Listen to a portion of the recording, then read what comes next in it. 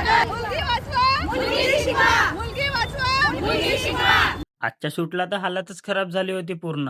तर का म्हणता मित्रमैत्रिणींनो, मी तुमचा ब्लॉगर आणि माझं नाव आहे सागर. आम्हाला जो टायमिंग सांगितले होते यांनी, आम्ही त्या टायमिंगला इथं बरोबर पोहोचलो. पण इथं थोडा बहुत टाइमच होता आणि तुम्हाला तर माहितीच आहे भावांनो, तर 8 मार्चला माझा बर्थडे होता म्हणून.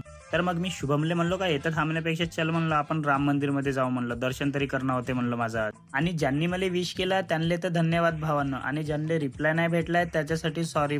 काल जे मी शूट केलो ना ते एडिट करून द्यायचं होतं तुरंत, त्याच्यामुळे मग इथे मी दर्शन केलो आणि मग आम्ही शुभमच्या घरी आलो, कारण आम्हाला तिकडे टाइमच होता शूटले. मी याच्या घरी तर आलो पण मला समजत नाही हा कोणासोबत एवढा बोलत आहे. पूर्ण पाय ना कॉर्नर मध्ये जाऊन बोलत आहे, म्हणजे मला आवाज नाही आला पाहिजे असं समजत आहे पाहिजे. मग थोड्या वेळानंतरच त्यांनी आम्हाला फोन केले की आमची तयारी सगळ्यांची झाली आहे, या म्हणे तुम्ही शूट करायसाठी. तर मग आम्ही इथं आलो शूट करायला. तुम्हाला सांगतो ना, जो टायमिंग होता ना तो 8:30चा होता, पण इथं नाही का 9:30 या 10 वाजले होते शाळेत. आणि मला समजलंच होतं का आज शूट करताना पूर्ण गरमच होणार आहे म्हणून. आणि शूट कशाचा होता ते तर तुम्हाला समजलंच असेल, जागतिक महिला दिन. रॅली तर पूर्ण सिंध्या घुमणार होती, पण त्याच्यासोबत आम्हालाही घुमायचंच होता, कारण आम्हाला शूटच करायचं होतं. तर आज पूर्ण बाईक रॅली शूट करायसाठी आम्हाला 11:30 ते 12 वाजले होते. इथं ऊन एवढी चिडचिड लागत होती ना, विचारायचा काही कामच नव्हता. तर चला मग आजच्यासाठी एवढंच. तर भेटू पुढच्या व्लॉग मध्ये.